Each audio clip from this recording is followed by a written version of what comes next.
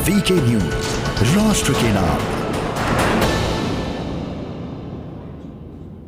हैदराबाद से आए ओवैसी उत्तर प्रदेश में अपनी ताकत दिखा रहे हैं। सपा और बसपा भी ब्राह्मणों को भुनाने में लगी हुई है, पूरी तरह से उनको मनाने में लग गई है। यहां तक कि प्रियंका गांधी भी अब मैदान में उतर चुकी हैं। आप भी राम मंदिर का मुद्दा उठाकर पारे को बढ़ा रही थी, फिलहाल वो चांद नजर आ रही है। ऐसे में बीजेपी भी कहां पीछे रहने वाली थी। बीजेपी के फायर ब्रांड नेता और सूबे के मुख्यमंत्री योगी भी एक्शन में आ चुके हैं। रविवार को मुख्यमंत्री योगी कुशीनगर पहुंचे, 120 करोड़ की विकास परियोजनाओं की सौगात दी है। क्या ये राशन 2017 के पहले भी मिलता था? क्योंकि तब तो अब्बा जान कहने वाले राशन हजम कर जाते थे।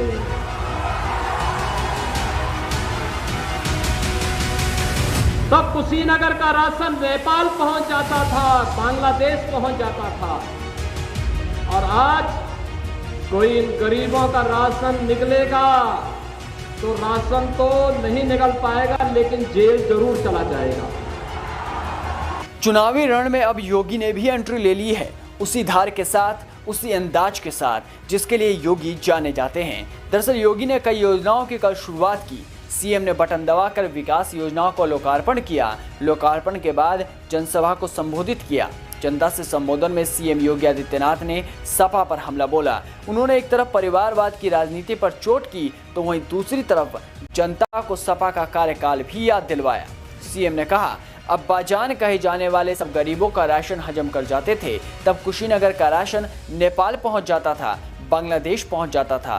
पहले गरीबों की नौकरी पर अब्बाजान कहने वाले डकैती डालते थे। एक परिवार के लोग झोला लेकर निकल जाते थे और नौकरियों को 5 लाख 10 लाख में बेचते थे। पुलिस की भर्ती में भी पैसा तो निकलता था, लेकिन नौकरी किसी को नहीं मिलती थी।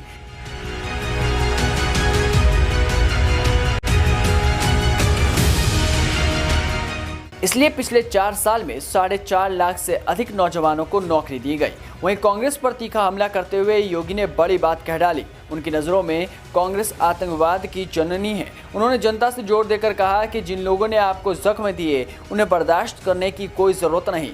योगी के मुताबिक कांग्रेस ने सिर्फ राम भक्तों का अपमान किया है, बीमारी दी है और विकास के नाम पर कुछ नहीं किया। मोदी जी सही मायने में देश के विकास, देश के राजनीतिक एजेंडे को उन्होंने बदला।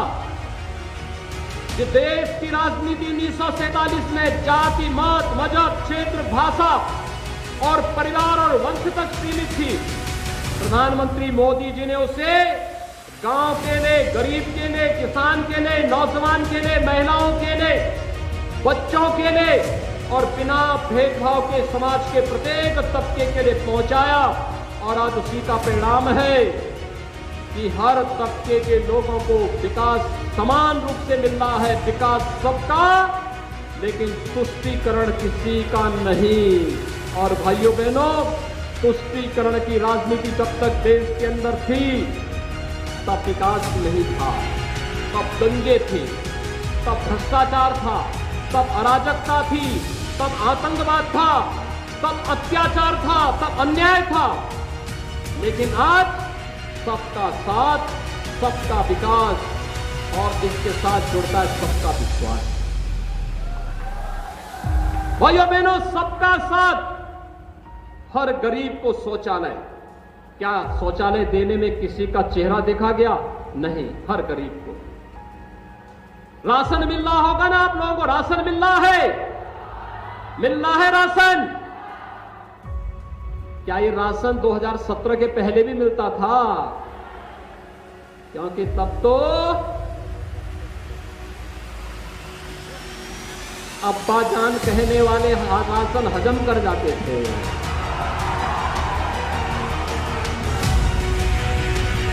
तब कुशीनगर का राशन नेपाल पहुंच जाता था, बांग्लादेश पहुंच जाता था। और आज कोई इन गरीबों का राशन निकलेगा तो राशन तो नहीं निकल पाएगा, लेकिन जेल जरूर चला जाएगा। सियासी हमले के बाद योगी ने आगे का प्लान बताया। मुख्यमंत्री ने कहा कि कुशीनगर किसानी, धर्म और श्रद्धा के भाव के लिए जाना जाता है। आपने दैवीय आपदाएं झेली है, कुशीनगर हमारे लिए प्यार भरा रहा है। यहाँ तमाम आंदोलन हुए हैं। इस धरती पर संघर्ष करने का लंबा सिलसिला रहा। ऐसे में यहाँ का विकास हमारी सरकार की प्राथमिकता है। 400 करोड़ से अधिक योजनाओं का शिलान्यास और लोकार्पण कर रहे हैं। अभी ये लोकार्पण सिर्फ ट्रेलर है, यहाँ बहुत कुछ होगा। भगवान बुद्ध को समर्पित मेडिकल कॉलेज का उद्घाटन करने भी आऊँगा और अभी तो एयरपोर्ट से उड़ान भी शुरू होगी।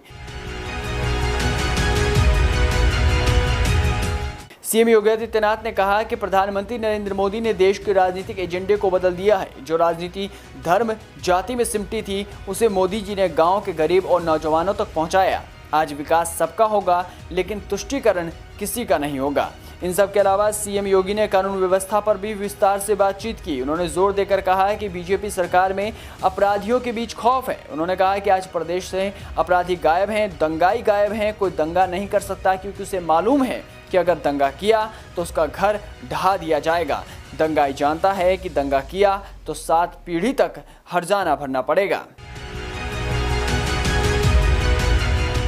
योगी जहां विकास की बातें करते हुए नजर आए तो विपक्ष को भी उन्होंने अच्छे से लताड़ा। बता दें कि यूपी में अगले साल चुनाव हैं और सभी पार्टियां अपनी अपनी तैयारियों में लगी हुई हैं। बीजेपी जहां विकास और नीतियों के दम पर आगे बढ़ने की सोच रही है तो कुछ राजनीतिक दल अपराधियों के नाम पर सहानुभूति बटोरने में लगे हुए हैं। अब देखना होगा कि जनता किसे स्वीकार करेगी और मुख्यमंत्री की कुर्सी पर किसे बैठाएगी।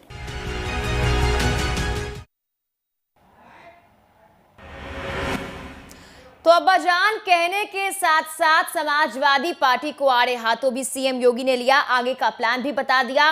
नौकरी से लेकर खाने और राशन तक की बात की और पूर्व की सरकार पर पूरी तरह से निशाना साधा है। फिलहाल समाजवादी पार्टी के प्रवक्ता शौकत अली फोन लाइन पर जुड़ गए हमारे साथ। सर, बहुत बहुत स्वागत है आपका वीके न्यूज पर। सर, आवाज पहुंच पा रही है आप तक? तो फिलहाल संपर्क नहीं हो पा रहा है, आवाज नहीं पहुंच पा रही है। लेकिन जिस तरह से सीएम योगी ने आड़े हाथों लिया है समाजवादी पार्टी को, उसके बाद क्या प्रतिक्रिया आएगी उसका इंतजार हमें है। शौकत अली एक बार फिर जुड़ गए हमारे साथ। सर, आपको आवाज पहुंच पा रही है? जी बिल्कुल, आपकी आवाज आ रही है। सर, स्वागत है आपका वीके न्यूज पर। जी शुक्रिया। सर, जिस तरह से सीएम योगी ने अब्बाजान कहकर जिक्र किया है, साफ तौर पर पूर्व की सरकार पर निशाना साधा है। कहा है जो राशन कुशीनगर का था पहले वो नेपाल और कहीं और जा रहा था, लेकिन अब की सरकार ऐसा नहीं कर रही। क्या वाकई ऐसा है? उत्तर प्रदेश की जनता ने भारतीय जनता पार्टी की सरकार को इसलिए नहीं चुना था कि वो विपक्ष पे ठीकरा फोड़ते रहे। उत्तर प्रदेश की जनता ने इसलिए चुना था कि वो विकास उत्तर प्रदेश में चाहते थे। उत्तर प्रदेश में नौजवान रोजगार चाहते थे। उत्तर प्रदेश भ्रष्टाचार मुक्त चाहते थे। इसलिए उत्तर प्रदेश की जनता ने भारतीय जनता पार्टी की सरकार को चुना था। लेकिन उत्तर प्रदेश की भारतीय जनता पार्टी की सरकार के पास आज ये बताने के लिए नहीं कि उन्होंने काम क्या किया। ये जरूर बताने के लिए है कि विपक्ष ने क्या किया। विपक्ष पे ठीकरा फोड़ते रहे, विपक्ष पे दोषारोपण करते थे। लेकिन सच्चाई ये है कि भारतीय जनता पार्टी की सरकार ने उत्तर प्रदेश में एक ईंट कहीं नहीं लगाई जो वो बता सके। हाँ, एक काम बहुत अच्छा कर रहे हैं आजकल भारतीय जनता पार्टी की सरकार। सर, आप कह रहे हैं कि सिर्फ वो ठीकरा फोड़ते हुए नजर आ रहे हैं, लेकिन इससे पहले जो भी चुनाव किए जा रहे हैं उसमें लगातार बीजेपी को जनता का सपोर्ट मिल रहा है। आखिर फिर ऐसा क्यों है? क्या जनता देख नहीं पा रही है कि आपने काम किया और बीजेपी ने काम नहीं किया है? उत्तर प्रदेश की जनता ने भी पंचायत चुनाव हुए थे, जवाब दिया था उत्तर प्रदेश की जनता ने। जिस तरह किसान बदहाल, नौजवान बदहाल, आज महिलाएं अपराध से जूझ रही लगातार। ठीक है शौकत जी, आप बने रहे हमारे साथ। मैं आपको रोकना चाहूंगी। फिलहाल यहाँ पर अश्विनी शाही बीजेपी से जुड़ गए हमारे साथ। सर, बहुत बहुत स्वागत है आपका वीके न्यूज पर। धन्यवाद। अश्विनी जी, समाजवादी पार्टी को आड़े हाथों तो ले लिया है, लेकिन यहाँ पर शौकत जी कहते हैं कि आपकी पार्टी ने कुछ काम नहीं किया है, बताने के लिए कुछ है नहीं, इसलिए दूसरों पर ठीकरा फोड़ा जा रहा है। अब शौकत जी देखिए, जो है क्या कहते हैं कि समाजवादी पार्टी को आरोप लगाना है और समाजवादी पार्टी के सावन के अंधे को अभी हरा हरा ही नजर आता है जी। तो इन लोगों ने कुछ किया नहीं है, तो हमको भी लग रहा है कि वे बता रहे हैं भाजपा ने भी कुछ नहीं किया है। लेकिन हम तो स्पष्ट रूप से बता रहे हैं कि हमने क्या किया है। हमने कल माननीय मुख्यमंत्री जी ने स्पष्ट कहा शौचालय हमने दिया तो किसी को कोई जात धर्म पूछकर नहीं दिया। उज्ज्वला योजना दिया तो हमने जात धर्म पूछकर नहीं दिया। हमने 45 लाख से ऊपर आवास दिए तो हमने जात धर्म पूछकर नहीं दिए। ये लोगों ने कहाँ कुछ किया है, ये बताएं ना। शौकत जी क्या जवाब देंगे, क्या किया है? साफ तौर पर अश्विनी जी कहते हैं कुछ किया ही नहीं है आपने तो। जी शौकत जी, अश्विनी जी साफ तौर पर कहते हैं कि आपकी पार्टी ने कुछ किया नहीं है। प्रधानमंत्री तो जिक्र करते हैं क्या किया क्या नहीं किया। ये बताएं, उत्तर प्रदेश की जनता को जरा ये बताएं कि उत्तर प्रदेश की जनता को दिया क्या। हाँ, एक चीज बहुत अच्छी दी है, आजकल एक पोस्टर लॉन्च होता है जिसमें जो है कलकत्ता का दिखाया जाता है कि हम ब्रिज बना रहे हैं, अमेरिका की फैक्ट्री लॉन्च करके दिखाई जाती है। ये सब दिया है उत्तर प्रदेश की जनता को, इसमें कोई दो राय नहीं, इसमें कोई संशय नहीं। उत्तर प्रदेश की जनता को इन्होंने झूठ दिया है, उत्तर प्रदेश की जनता को कागजों पे नौकरी दी है, धरातल पे क्या है ये किसी से कोई लेना देने। इनसे कोई सवाल पूछ लेता है कि उत्तर प्रदेश की जनता को आप बताइए कितने मेडिकल कॉलेज दिए हैं जिसपे उत्तर प्रदेश की जनता को राहत मिलने का काम कर रहा है, कौन सा हॉस्पिटल दिया है जिससे उत्तर प्रदेश की जनता को राहत मिलने का काम हो रहा हो, कौन से नौजवानों को रोजगार दिया जिससे नौजवान आज खुशहाल हुआ, उत्तर प्रदेश के किसानों को ऐसा क्या दिया जिससे किसान खुशहाल हो रहा है। इनके पास कोई जवाब नहीं। हाँ, एक चीज बहुत अच्छी है इनके पास, आंकड़े पेश करने में इनके पास महारत हासिल है, और इतनी महारत हासिल है कि इसमें झूठे भी शर्मा जाते होंगे, जो झूठे होंगे इस दुनिया के वो भी शर्मा जाते होंगे, इतना ये झूठ बोलते हैं। महाराज आपके कागजों के आंकड़े जरूर सच होंगे, इसमें कोई दो राय नहीं, लेकिन जो धरातल है आप समझने का प्रयास कीजिए, और धरातल इतना सुना है जिसका आप अंदाजा नहीं लगा सकती है। आज ये आलम है अपराध का, अपराध की चरम सीमा पार हो गई है। उत्तर प्रदेश की राजधानी में महिलाएं आकर आत्मदाह कर रही हैं, और ये कहते हैं अपराध मुक्त प्रदेश है। उत्तर प्रदेश के नौजवान रोजगार के लिए सड़कों पे प्रदर्शन कर रहे हैं, लगातार अपनी मांग कर रहे हैं कि उत्तर प्रदेश सरकार को रोजगार दे। कहते हैं ठीक है शौकत जी, अश्विनी जी से जवाब लेते हैं इसका। अश्विनी जी देखिए, यहाँ पर साफ तौर पर आरोप लगाए जा रहे हैं, और ये बात तो सच है कि रोजगार को लेकर कहीं ना कहीं सड़कों पर जो है युवा सामने आ रहे हैं। ऐसे में सीएम योगी ने ओंकार भरी ये साफ तौर पर कहा है कि जो इनकी सरकार ने किया, बीजेपी ने किया, वो पुरानी सरकारें नहीं कर पाई। आखिर किस बेसिस पर ये आंकड़े पेश किए जा रहे हैं? और आंकड़ों को लेकर जो है शौकत अली साफ तौर पर आरोप लगा रहे हैं कि सिर्फ आप आंकड़े ही पेश करते रह जाते हैं, काम नहीं होता है धरातल पर। देखिए मेघना जी, शौकत जी अच्छे प्रवक्ता हैं, और कल हम लोग शायद एक चैनल पर साथ में डिबेट पर थे, मैंने इनको दिखाया, वहाँ आईना दिखाने का काम किया, उससे आज दिखा रहा हूँ। वही सवाल इनके हैं, क्योंकि समाजवादी पार्टी के लोगों को एक कुछ सवाल हटा दिए गए हैं। क्या काम किया, काम बताओ, कारखाना बताओ, स्कूल बताओ, एक इनके यहाँ पीरासेल के रेडियो हैं, इनके एक प्रवक्ता हैं वो, और सब लोग। मैं बताना चाहता हूँ, इन्होंने मेडिकल कॉलेज पर पूछा, 17 से पहले 12 मेडिकल कॉलेज हुआ करते थे, आज प्रदेश में हमने 8 और 9 17 और चालू कर दिया है। इसके बाद हमने 30 मेडिकल कॉलेज की परिकल्पना की है।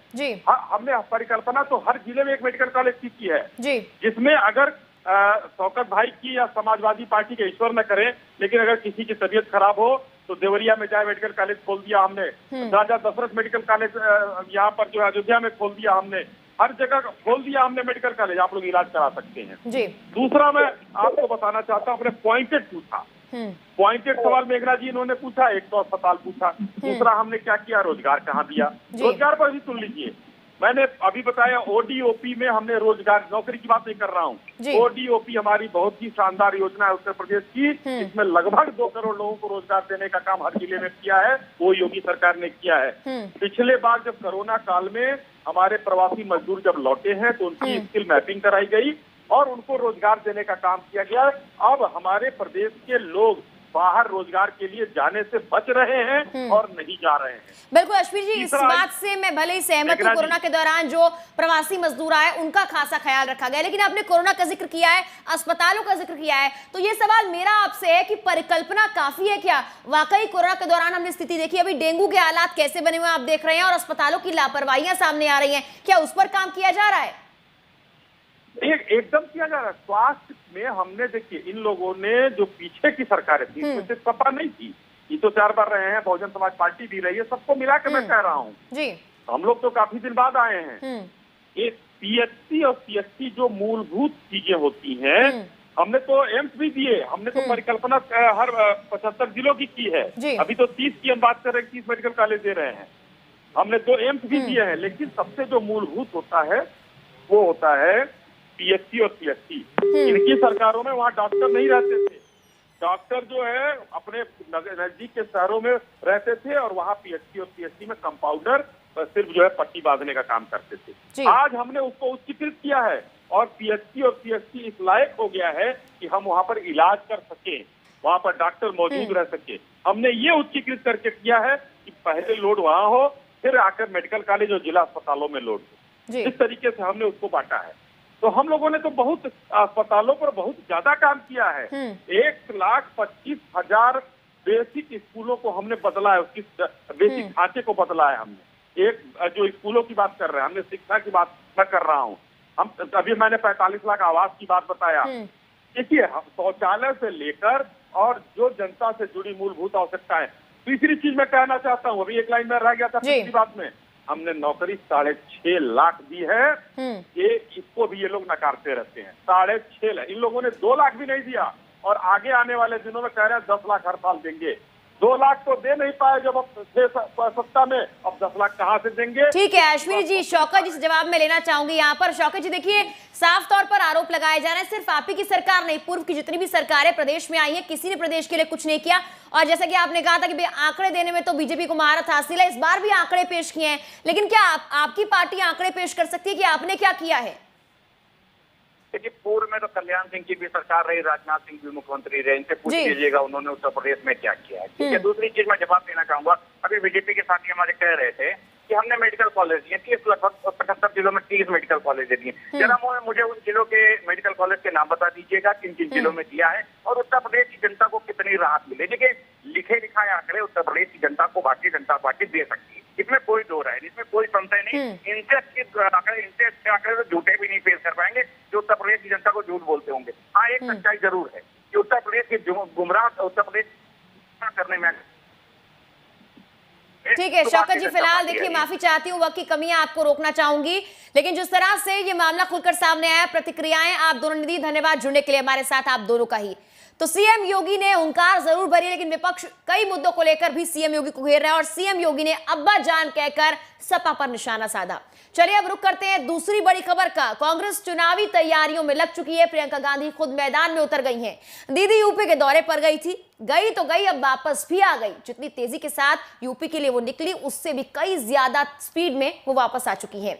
शायद दिल्ली को मिस कर रही हूं। आलम यह है कि वो अमेठी तक नहीं गई, अचानक से कार्यक्रम रद्द करना पड़ा। इन सब के बावजूद भी कांग्रेस को प्रियंका दीदी पर पूरा भरोसा है।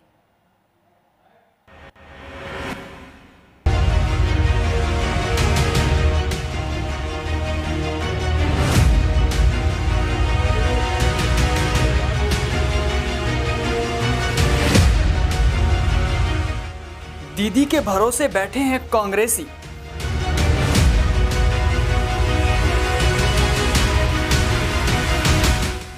मैदान छोड़कर निकल गई प्रियंका।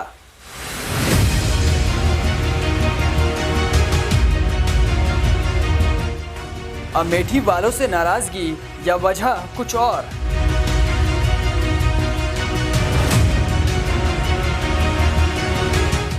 यूपी छोड़ दिल्ली लौट आई दीदी।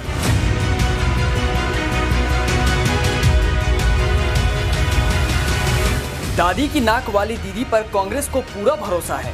इतना भरोसा है कि इस नाक के भरोसे कांग्रेस अपना नाक ऊंचा करने की सोच रही है। यही वजह है कि दीदी को लेकर सलमान खुर्शीद ने बड़ा बयान दिया और बता दिया कि दीदी ही यूपी में अगला चेहरा होंगी।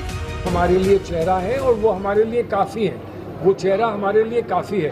उसके बाद उस चेहरे पर कोई लेबल लगाने की आवश्यकता हमें नहीं लगती। दूसरे को लगे तो जब प्रियंका जी से बात होगी तो उनसे अवश्य पूछ लें। अब रही बात गठबंधन की, अगर गठबंधन करना होता तो हम दिल्ली में या लखनऊ में बैठकर हिसाब कर रहे होते कि कहाँ जाना है कहाँ नहीं जाना है। जहाँ गठबंधन में कोई सीट नहीं हमको मिल रही है वहाँ हम जाकर समय क्यों बर्बाद करें। इसलिए पूरे उत्तर प्रदेश के कोने कोने में जाकर हम मैनिफेस्टो तैयार कर रहे हैं। उससे आपको ये सीधा आपको समझ आ जाना चाहिए कि गठबंधन के विषय में हमारी क्या राय है। खुर्शीद साहब, कांग्रेस को प्रियंका गांधी पर विश्वास है और यूपी की सियासत में खलबली मचाने के लिए दीदी ने भी सूबे में एंट्री मार ली। धमाकेदार एंट्री, इतने धमाकेदार कि कहीं पर कार्यकर्ता ही आपस में भिड़ गए तो कहीं बड़ा हादसा होने से टला। जिस दीदी के पास कभी समय नहीं हुआ करता था, वो दीदी घंटों फोटो खिंचवाती रही। जाहिर है कि दीदी के आने से कांग्रेस कार्यकर्ताओं में खुशी की लहर थी। वो सोच रहे थे कि अब कांग्रेस की लौ जल जाएगी और ऐसी जलेगी कि बाकी के दल देखते रह जाएं, पर हुआ उसके कुछ उलट। दीदी वापस दिल्ली जा चुकी हैं। प्रियंका गांधी 3 दिन यूपी दौरे पर रही और फिर दिल्ली वापस लौट आई हैं। वो गुरुवार को आई थी, शुक्रवार और शनिवार को लखनऊ में रही, रविवार को उन्होंने रायबरेली में समय बिताया और लोगों से मुलाकात की। सुरक्षा कार्यक्रम भी कुछ ऐसा ही था। बताया जा रहा है कि दिल्ली में उनकी केसी वेणुगोपाल और अन्य नेताओं से बैठक थी, इसलिए वो आनन फानन में लौट आई। वहीं यूपी कांग्रेस प्रदेश अध्यक्ष अजय कुमार लल्लू का कहना है कि प्रियंका गांधी का 2 दिवसीय रायबरेली दौरा तय नहीं था, ये केवल एक दिन का ही था जिसे जरूरत के हिसाब से आगे बढ़ाया जा सकता था। पार्टी ने दूसरे दिन का दौरा प्लान ही नहीं किया था। कमाल है, कांग्रेस प्रदेश अध्यक्ष को नहीं मालूम कि पार्टी के दूसरे दिन का प्लान क्या था और अमेठी की जनता से बिना मिले प्रियंका गांधी वापस लौट आई। अब सवाल ये है कि उनकी आगे की रणनीति क्या होगी और कैसे प्रियंका दीदी यूपी की जनता को भरोसा दिलाएगी, ये देखने वाली बात है। और अब करते हैं तीसरी बड़ी खबर का। यूपी चुनाव से पहले जिन्ना का जिक्र एक बार फिर से होने लगा है। कट्टरपंथी और पाक परस्त नेताओं के दुलारे रहे जिन्ना की तस्वीर इस बार ऐसी जगह लगी कि पाकिस्तान तक हड़कंप मच जाए। भारत को दर्द देने वाले जिन्ना की ये तस्वीरें देखें और गिद्ध गैंग माथा पकड़ सकता है, क्योंकि इस बार तस्वीर किसी लाइब्रेरी में नहीं बल्कि टॉयलेट में लगाई गई है। रिपोर्ट देखिए।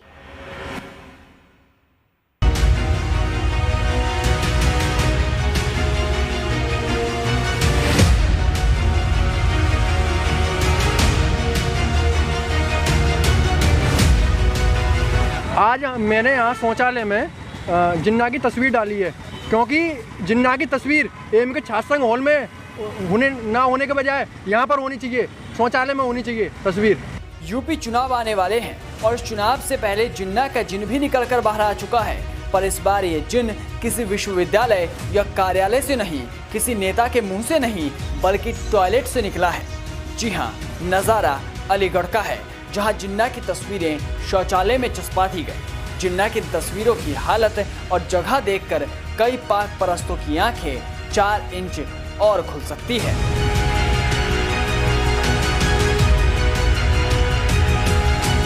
बता दें कि बीजेपी के मंडल प्रवक्ता के द्वारा अलीगढ़ मुस्लिम यूनिवर्सिटी के स्टूडेंट यूनियन हॉल में लगी जिन्ना की तस्वीर को लेकर विरोध प्रदर्शन कर आक्रोश जताया गया। मंडल प्रवक्ता के साथ साथ बीजेपी के कार्यकर्ताओं ने जिन्ना की तस्वीर को गांधी पार्क स्थित मूत्रालय के अंदर लगा दिया, तो वहीं शौचालय की दीवारों पर भी तस्वीरें चस्पा दी गई।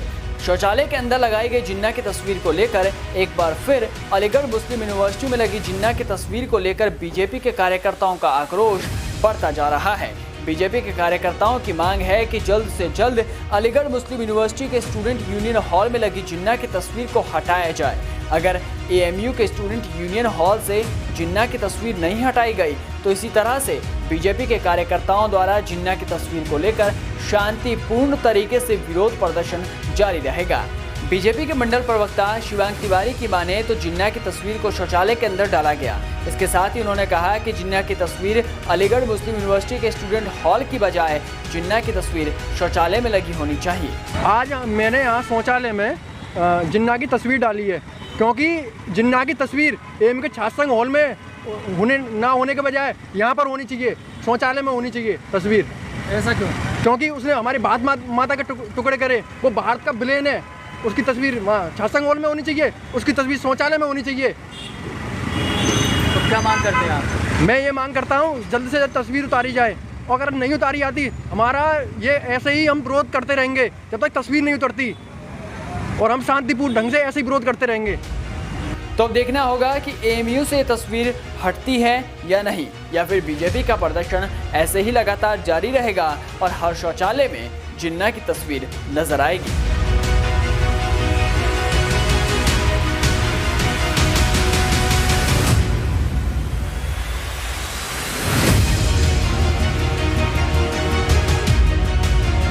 आज मैंने यहाँ शौचालय में जिन्ना की तस्वीर डाली है, क्योंकि जिन्ना की तस्वीर एम के छात्रसंघ हॉल में होने के बजाय यहाँ पर होनी चाहिए, शौचालय में होनी चाहिए तस्वीर।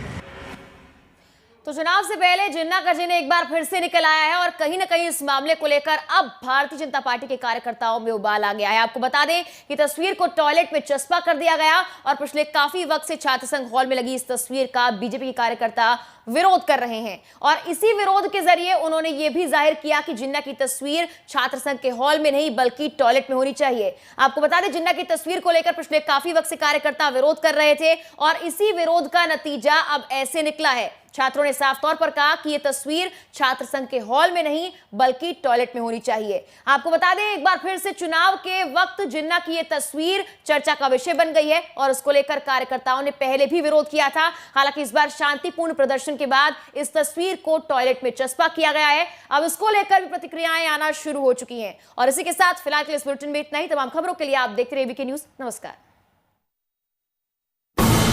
ये है ड्रीम मीडिया नेटवर्क और आप देख रहे